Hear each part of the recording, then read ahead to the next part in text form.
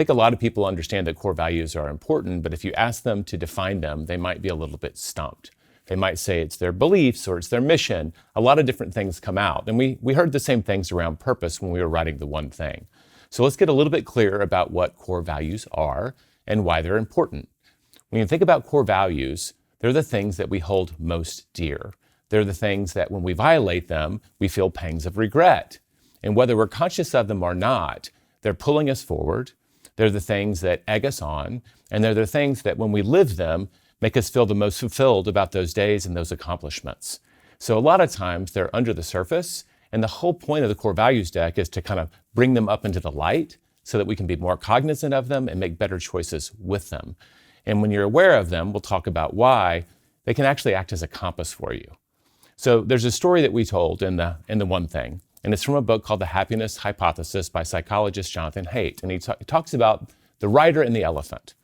And he talks about if you can imagine a small child riding an elephant through the jungle. We can all picture it. Small boy on top of a huge elephant riding through the jungle. And he asks the question, if the elephant is following the child's instructions, but chooses not to, is there anything the child could do to stop it?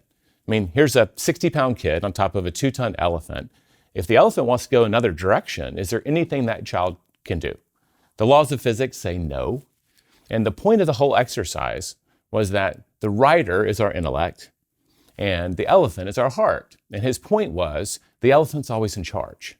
Wherever we think we're going, we always are aware of the rider. That's our brain. But it's this other thing that's kind of pushing us forward. And that's got to do with our purpose, and it's also got to do with our values. And that's why it's so important for us to look a little closer, identify them, understand what they are and why they're important. So let's go a little deeper into why core values are important. When we're aware of our core values, we can actually use them as a compass. And that is probably the foremost thing that we want for you in this exercise.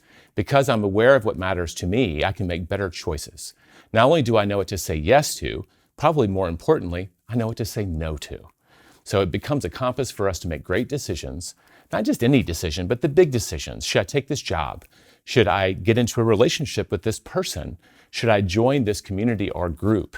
It gives us lots of clues about what's important to us and what will actually make us more lastingly happy or unhappy as a result.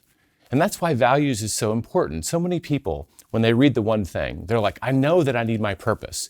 If I know my purpose, I'll understand what I can say yes and no to. It'll give me priority. And when I'm operating in my priorities, well, we become incredibly productive. It's that iceberg that so many people are familiar with at the heart of the book.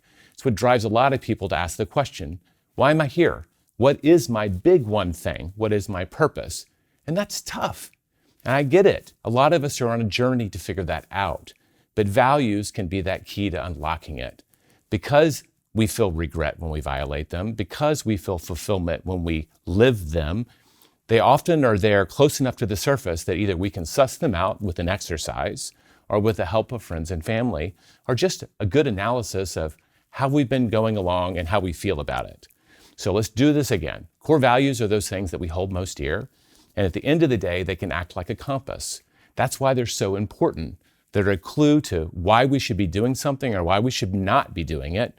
And they can get us that much closer to that bigger thing, purpose, the bigger statement about why we're here and what we should be doing and what we should not be doing. That's kind of the what and the why of core values.